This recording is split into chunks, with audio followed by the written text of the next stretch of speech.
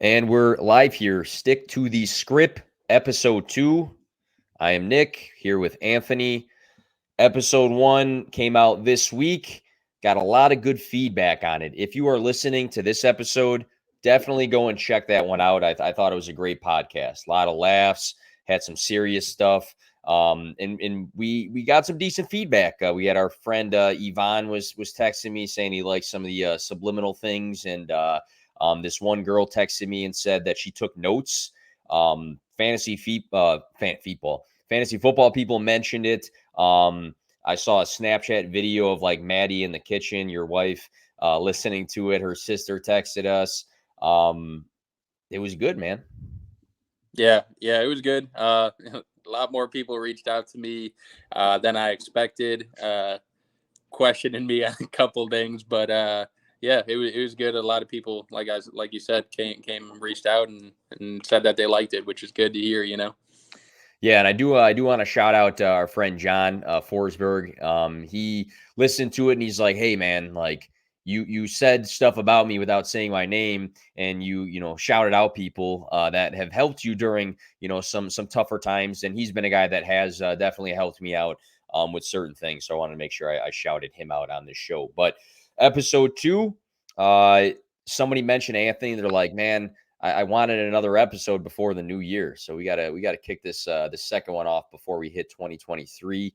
I want to start things off by saying, I started another TikTok page with the same logo, and I just wanted to like fuck around and see what would happen. So I was doing all these because I work out every day and I record some stuff, and I wanted to do some like sad boy workout stuff to see how it went. And this it's like blowing up. There's tons of views, tons of likes all the time, which gets me to this first question I want to ask you, Anthony. I know you and I partake in listening to some sad stuff sometimes.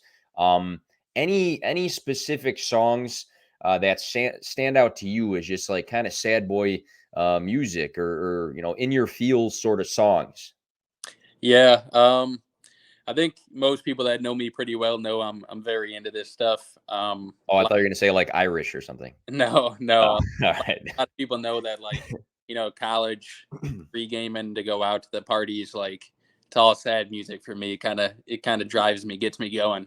So I love pre-gaming to the sad music, but yeah, there's definitely a few songs that like stick out to me. Some of them, it really depends on the vibe. Like if we're at the bar and it's popping, everybody's having a good time dancing. I like to go on like touch tunes and Mhm. put on like "I'll Never Love Again" by like Lady Gaga. Change the vibe a little, Classic. get people thinking. Um, Off the top of my head, like Taylor Swift's got this 10-minute song, "All Too Well." Whole Mm. storyline with that. That's a deep one. Yep. And a couple that I'd like to highlight too. Probably some of my favorite songs are there's "Outrun Myself" by Jack Case. Oh, he's if you don't listen to him, man, he's got some good shit. Yeah, he's definitely got a lot of songs I really like, but that one's pretty deep. It hits different. Of course, like "Hate Sleeping Alone" by Drake. Ah, cold, classic. "Kiss Me Like You Miss Me." Stuff Yeah, like yeah. that. And then probably one of my favorite songs of all time is that "Time" by NF. You know, Oh, great song. Yeah, yeah, phenomenal song. one of my favorite songs. Great meaning behind it. Working through a relationship, giving somebody the time that they need to kind of sort themselves out, and it's Yeah, pretty deep, and it's got a great message behind it. yeah. He's definitely got tons of good songs. We've talked about this. He's one of the rare guys where I feel like I don't hear bad songs from him. NF. Yeah, and I mean, he doesn't produce like way too many songs. So when he does come out with it, you can tell he really put some effort into it. Yeah, for sure. Absolutely. Some for me, I listen to some Olivia Rodrigo. I think that kind of stands out to me. Specifically that album. A lot of people know Driver's License, but that's not one of the best songs on that album. Favorite Crime. Um, if you've heard that one, like she goes like, "All the things I said, just so I can call you mine," and she like screams that shit in the song at one point, and just like that you start screaming it too in your car, and people are looking at you, but you don't care because you're in that moment feeling that song. Favorite Crime, great one. Traitor by her, that's a good one too. Just really deep stuff from Olivia Rodrigo.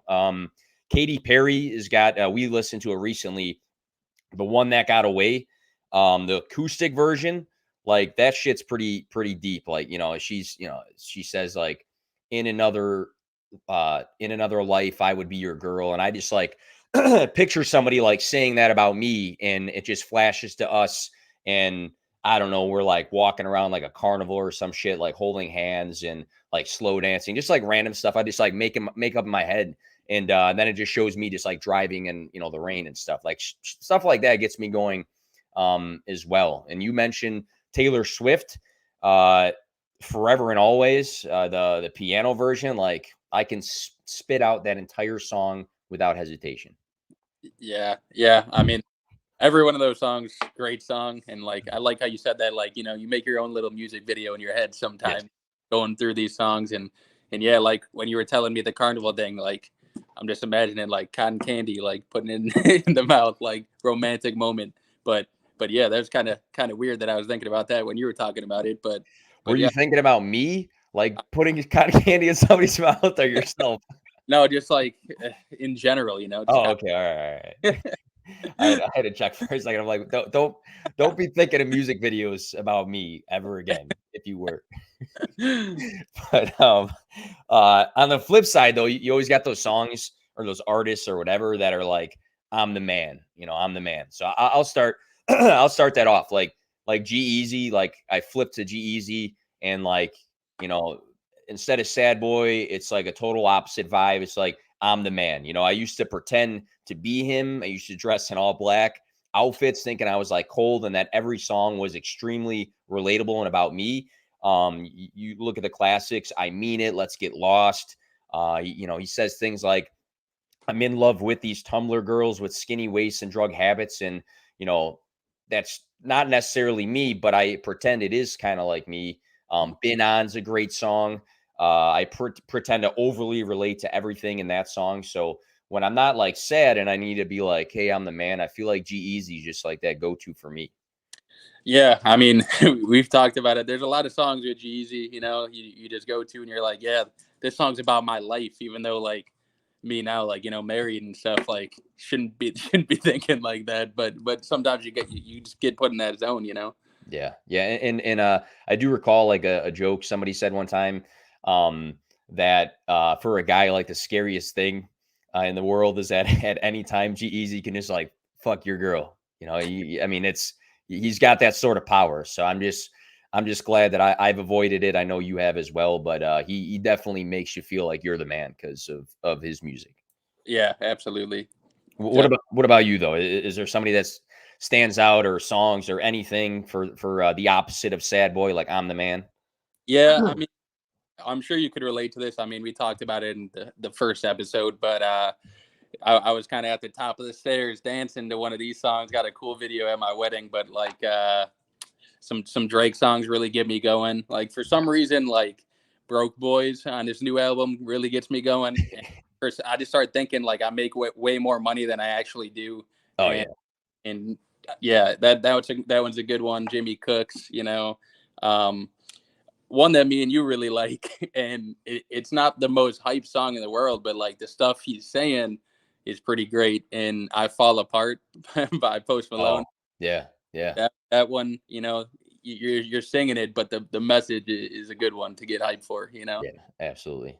Those are definitely ones I relate to. I think anything Drake too. Like Drake starts saying stuff automatically, like my mind. I know you can relate to. My mind just like goes and says like that's 100% about me. Like I relate to everything Drake is saying right now.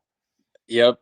I know. Like betting like $1 million on like sports games. That's what I'm thinking in my head. Like I'd be doing that. Yeah, But like leaving people on red and like supermodels on red, and just like talking about like he's throwing disses at other rappers and like other famous people, and I'm just like doing the same thing in my head but to like people I know.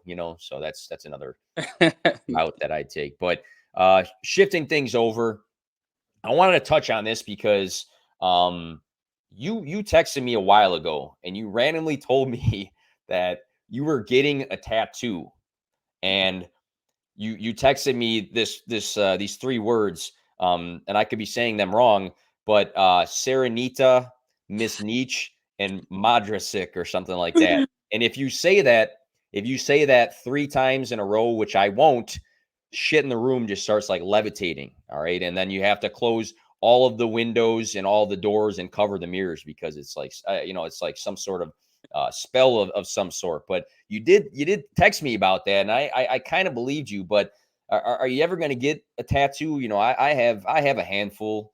I have a good chunk of tattoos.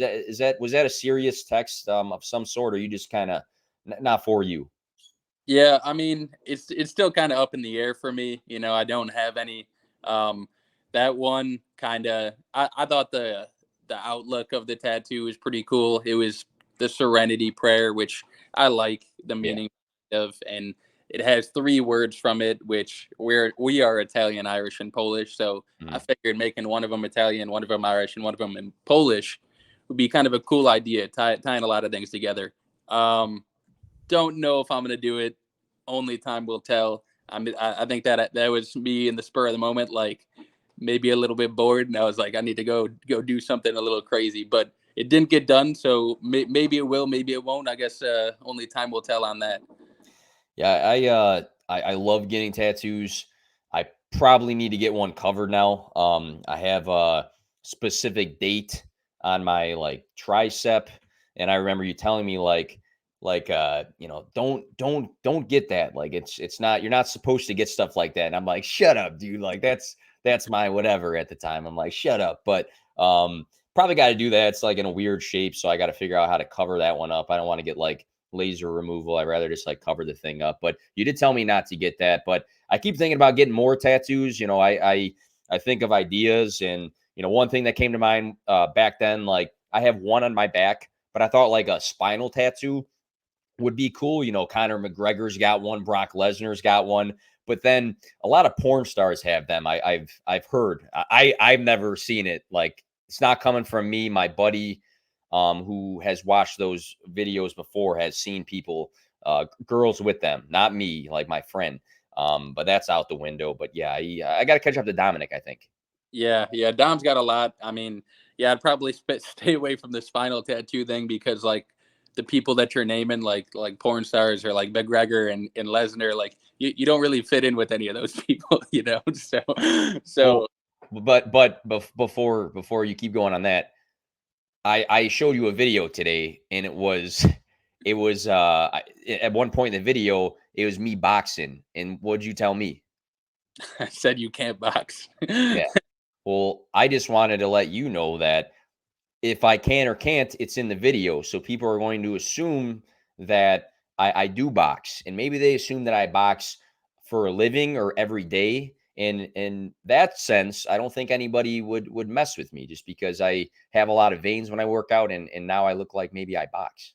Well, let me just. I don't want to go too deep into this. Let me just ask you a serious question about it. Yeah, yeah, go ahead. In that video, like I've seen a lot of boxing videos. Yeah, yeah. Uh, how many punches did you throw in that video? I will say I took two videos of me boxing, and then I had to look and clip the right things, and like some of it looked pretty stupid, and other ones I was like making weird faces and stuff. But I just threw a 1-2, just threw 1-2. Yeah, yeah, that one too. I wasn't too impressed by it, but we can move on from that. I've been training, so I'm getting better every day. And if you're listening to this and you're trying to box, don't even think about it. That's all I'm gonna say. That's all I'm gonna say because I've been doing it. um, so we have New Year's Eve coming up. Um, Big time in the year for everybody. Everybody typically has parties. You you are hosting this year. At your house. You and your wife are hosting. I think you've been inviting people. Any rules? um, you know what? It's New Year's. It's kind of hard. I know you've been asking this question a lot. A lot. Like it's my new thing. Yeah, about if there's any rules like for Christmas. Is there any rules like stuff like that? It's Why hard. does before you go, why does mom get so mad that I asked that? Like, why you keep asking that? Like, when I walked in the door, Merry Christmas. Any rules? And she's like, why do you keep asking that? Yeah, I don't think she finds it very amusing. I definitely know Dad doesn't like it, but Dad tends to ignore a lot of things you say. Yeah. But yeah, I don't know. It's kind of New Year's, you know. It's hard to put any rules on it because people are gonna act a little crazy either way. Um, and you know how it is. Like we've been doing New Year's stuff for years, so the craziness comes with New Year's. We've seen it. A lot of crazy things have happened over the years. Hopefully, not to the extent this year as it was in previous history, but it should hopefully be fun again this year. Which draws me to the topic I wanted to get to and spend a little bit of time here, and that is New Year's Eve memories. And we've had a bunch. I mean, we have had some absolute bangers at 2303 in the past. Like, can you kind of just like paint the picture for how some of those, like, we'll go into the specific memories, but can you just kind of paint the picture of if you were there, what it would look like at times in that garage and in the house? Yeah, I mean, it was pretty amusing to be honest. That like looking back on it, like we would just invite as many people as we wanted to over to our parents' house, and we were just in the garage, and like whoever came, whoever didn't come. But it was always a good turnout. You know, there was always a good amount of people that came through, and whether or not that was always a good thing might not have been. I would say that it was a part of us. It's one of the biggest parts of us growing up. I would say is the New Year's parties. Like all the neighbors would come by. Our neighbor John that you referenced earlier, I remember being pretty young, and he would just come on by and be drinking and doing whatever and having a good time. And yeah, there's a lot of people coming over, a lot of crazy things happening. So it was definitely a wild time of the year for us. So let's get into some of those specific memories. And I don't want to push too many buttons or anything like that on this show, even though that's exactly what I probably tend or intend to do for this podcast. But let's talk about the car. Talk about the car incident that me and you kind of had a thing with. I mean, we don't have to go into crazy details. I don't want to get you in any sort of trouble. I'm sure she don't care because we're not being specific on it, but it is mainly about me and you, kind of. Yeah, I mean, it was just one of those things where, like, you know, we were having a good night. Um, somebody, it was New Year's happened. You know, next year it came. It was past midnight. Somebody came and picked me up, and I was just in this person's car, and we were just like doing whatever, talking, and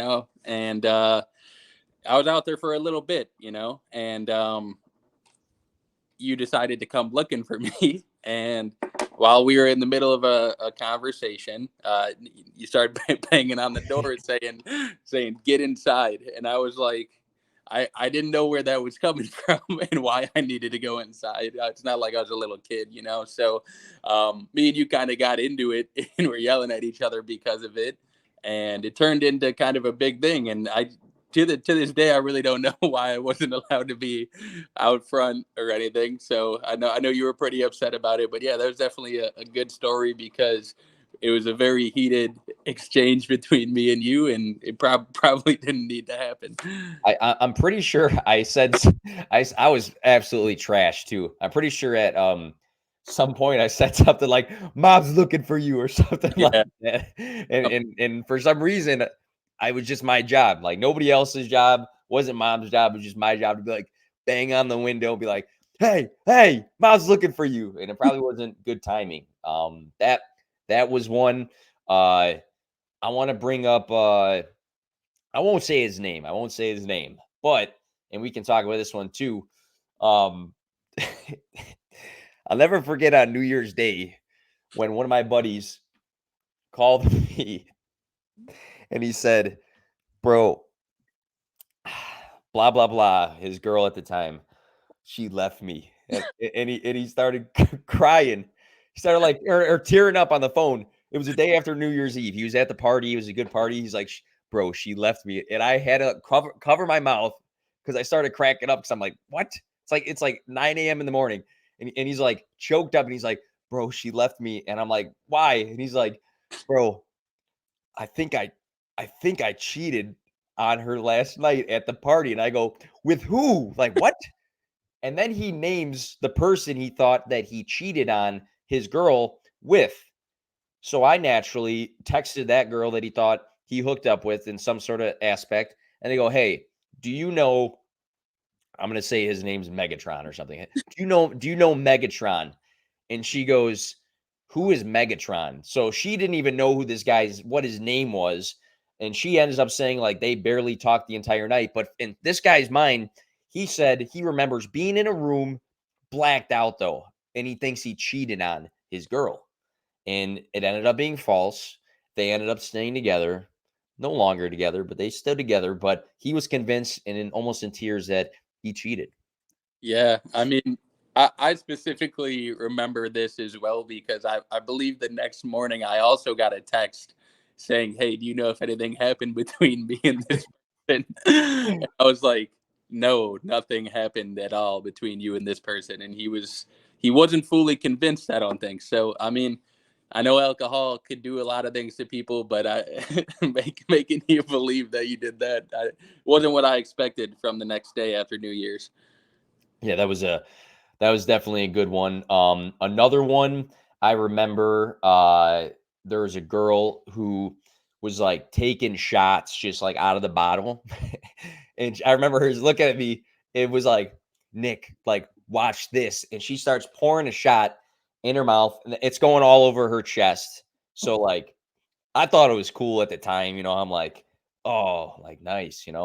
Um, Later, though, it caught up to her and she fell. She fell in the house into the Christmas tree. And mom was like pissed because this girl just literally like hit the ground, took the tree out with her a little bit. And it was New Year's Eve. I mean, she was the shots just, caught up to her, I think. Yeah, I mean, to be honest, I don't think it was too late into the night either, which might have been the biggest issue out of everything. But you know what, mom, maybe don't have your Christmas tree up at for New Year's. So lesson learned. She's probably listening to this. So if you're hearing this right if you're hearing this right now, I want you to make sure that that Christmas tree is down, even though it's at Anthony's house Yeah, this year at the party. All right. Um, and I'm not playing. But another one. Um, we said something along the lines of to Colton. We remixed the song. We said raindrop, drop top. Colton's got a new girlfriend, and he started blowing like the streamer thing. I feel like Colton was at a lot of these New Year's Eve parties, and the guy like I don't know. You never know what he's gonna do. He seems to always be up to something. yeah. I mean, Colton's one of those guys too. For me, not always the funnest to be around during during these times of the years. Mostly, I mean, during those parties and stuff, it was because before the night was over, he would just go find my bed and and just lay in my bed, go to sleep, and then I couldn't get him out of the bed at all. Even if I tried my hardest, and I remember trying really hard one year, and he was just swinging. So I was just like, I'm just gonna leave him. But also like, some bad decisions he makes as well. Makes up for the parties. Yeah, I do recall, I don't know if it was New Year's or another time, but I do recall we had people over drinking. Might have been New Year's, I don't know. And then he goes in the bathroom with somebody, and I end up going downstairs with somebody. The same right around the same time, the same night, right? And we think we're the man, but then I'm like, Colton, this is my parents' house. Like, you fucking asshole. To him. But um he's definitely had some good times at 2303. Um, I remember waking up on the couch, probably like in the right when you walk in the house in the living room, with someone maybe I shouldn't have been with, and like it's straight up the stairs. His mom's and dad used to sleep on the couch, so that was like not the best look. I also remember getting kicked out with a couple people. I think there was an incident where might have been Maddie was not feeling well. Maybe she was. I mean, she had to be pretty young at the time, and I think she was like kind of drunk, and in the basement, just like minding her own business. And these other like two girls kept going down there and like trying to like talk to her or help her or something like that. She got upset. You got upset. We started fighting, and then mom's like, "Get out!" And I remember just like getting kicked out at like 1 a.m. and partying until 2 at the apartment. Yeah, yeah, that one was a while back. I know Maddie's not the type of person to really drink that much or even super often, but yeah, I think it was something along the lines of that, and she was just trying to like go to bed, be responsible, kept getting woken up, and then I was being the tough boyfriend, so. Yeah. Yeah. Yeah, but there's definitely been some great memories when it comes to New Year's Eve. Anything else off the top of your head, or did we cover most of the things you can think of? Yeah, most of the things. I mean, um, I know people are probably listening to this and they're like, these guys are kind of are dicks, with stuff that they did. I think everybody had a great time when they came over. I think that like you could probably agree with this with me is like I think we went on like a 4 or 5 year period where like you got in a fight with a different person every year on New Year's. Yeah. Yeah. uh, it was me 1 year, Colton 1 year, Dom 1 year, Oh probably yeah, yeah, yeah. probably again. But yeah, that used to be a trend too. Like Nick, don't fight with anybody this year, and then you're having a conversation with somebody on the side of the house about something that's probably not the biggest deal in the world. But yeah, that used to happen often too. Yeah, I think I went through a good stretch of like always um going at it with somebody, and it definitely didn't have to do with alcohol. It definitely didn't have to do with me not being able to hold in anything, and not be able to let things go. It definitely didn't have to do with anything like that. I just feel like a lot of those times just I'm just wasn't wrong. I can't remember a time I was wrong with those things. It just always seemed to be that way. Yeah, I think that's pretty much, yeah. That's how it was. Yeah, I know mom the one New Year's said like no drama, like pointing to me and stuff. And it's But all right. part of me is like if she's gonna say no drama, I'm looking for it. Yeah, yeah, and to be honest, like they never wanted the drama, but you know what? At the end of the day, like they were living for it. Everybody was into it. Like it makes good stories at the end of the day. You don't always want to be the center of it. Sometimes you want to be on the outside looking in, but a lot of times for you were the center of it. Yeah, I mean, there's been historically a lot of times where like Hawks parade or like walking home from the bar or going at it with like two people at once about something. I can just like go down the list and um, yeah, I guess I'm always just like about that life for some reason. But one day someone's just gonna like absolutely just like beat my fucking ass. But nobody like that we know. It's got to be somebody random. It's got to be somebody random. Yeah, somebody you're like fighting with because they turned their signal on and like merged into your lane like 10 feet in front of you, and you think that they cut you off, and then you just start beeping and getting into that altercation because that's something that happens too.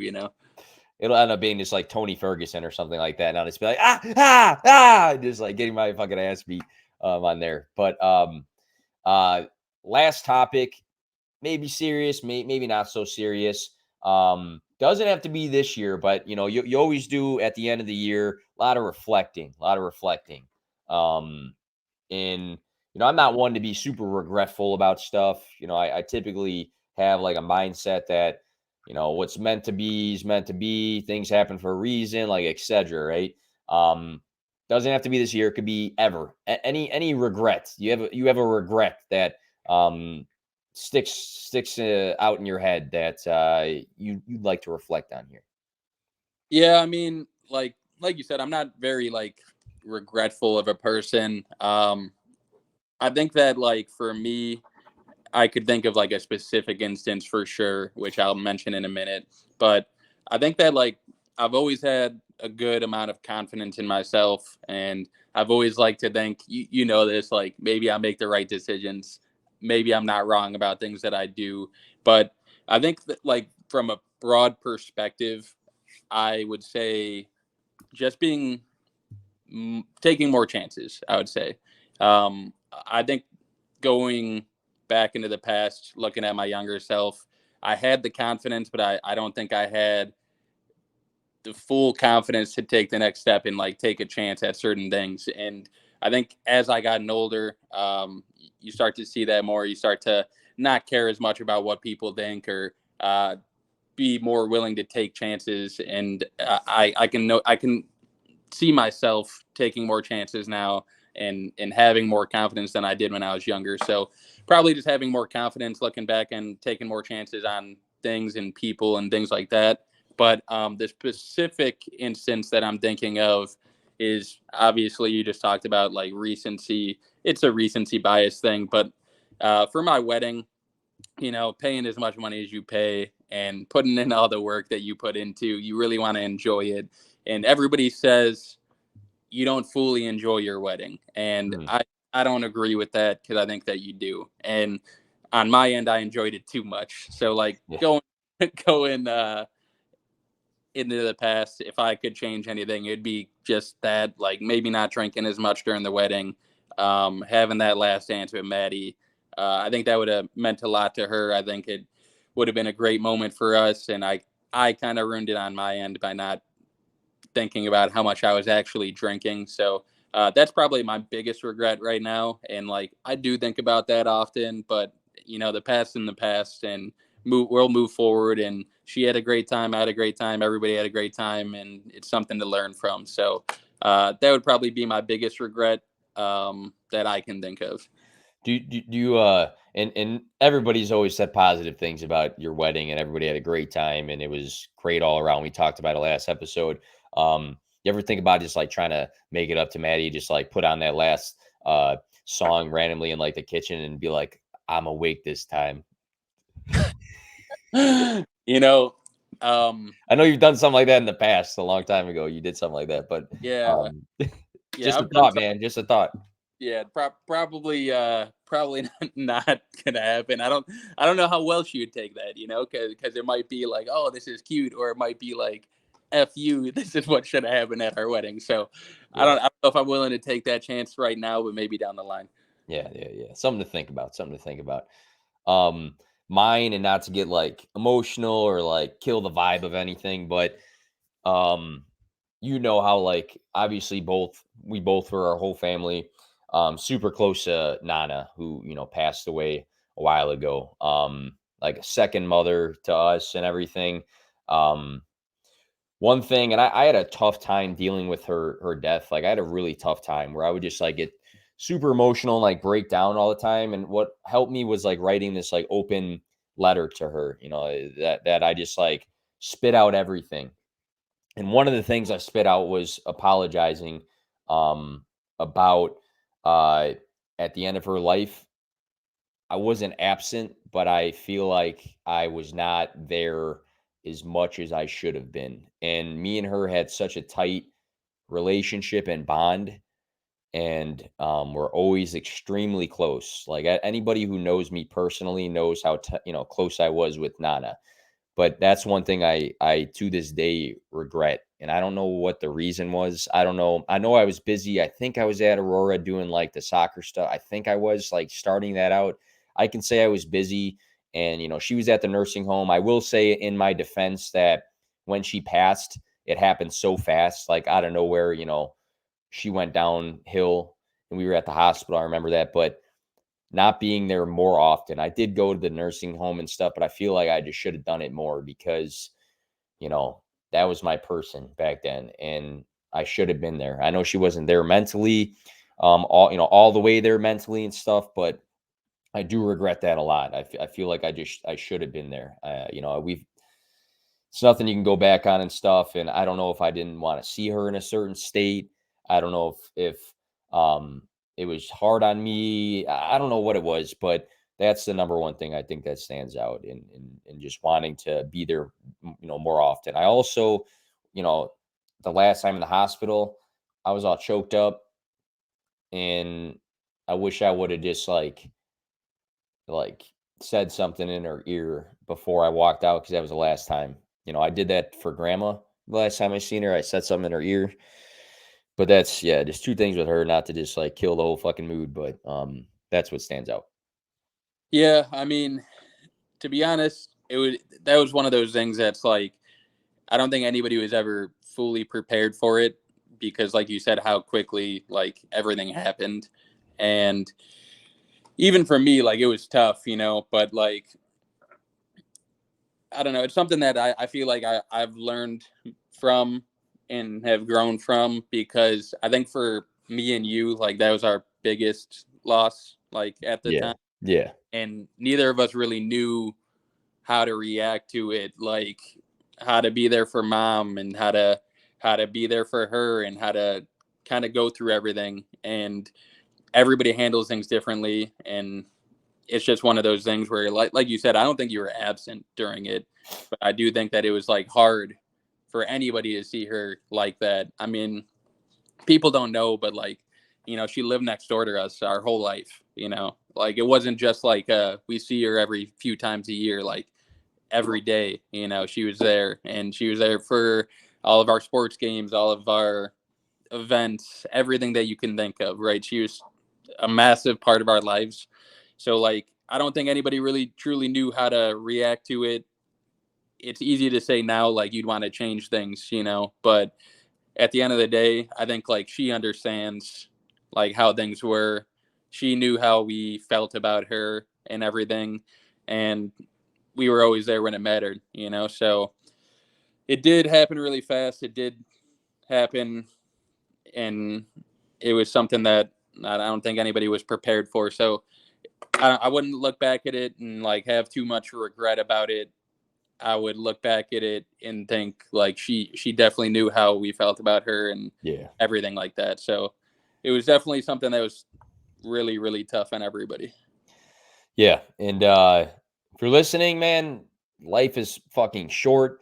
You never know what's gonna happen. Don't take, your family and loved ones for granted. Make sure that you are sending those texts, are calling people, are when people are not well, you're there every step of the way because at the end of the day, you never know how things are gonna go. And I think us in general as people, not me and you, just everybody, I think we kind of take for granted um our loved ones sometimes and family sometimes, and don't check up enough, don't contact people enough, and sometimes like just a text or a call means something small to you, but it might mean the world to somebody else. So yeah, make sure to do that. But probably gonna close things up there.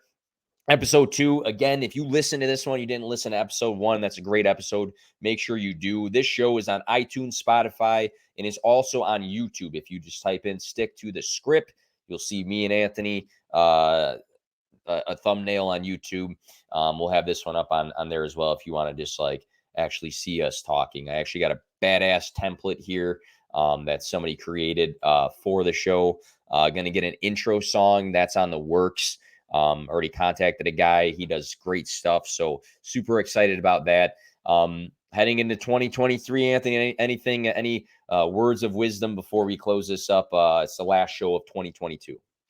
Yeah, start something new, start something hopefully good, and like I'm just gonna say to you pretty much directly. I mean, even if this isn't something that everybody wants to listen to, if it's something that me and you just get to spend some time and just talk every now and then, I think that it's all worth it, So, uh, going off of what you said, piggybacking a little bit, like family's huge. Don't take it for granted. Even moments like this, where me and you just talk for 40 minutes about whatever and BS and reminisce about old times.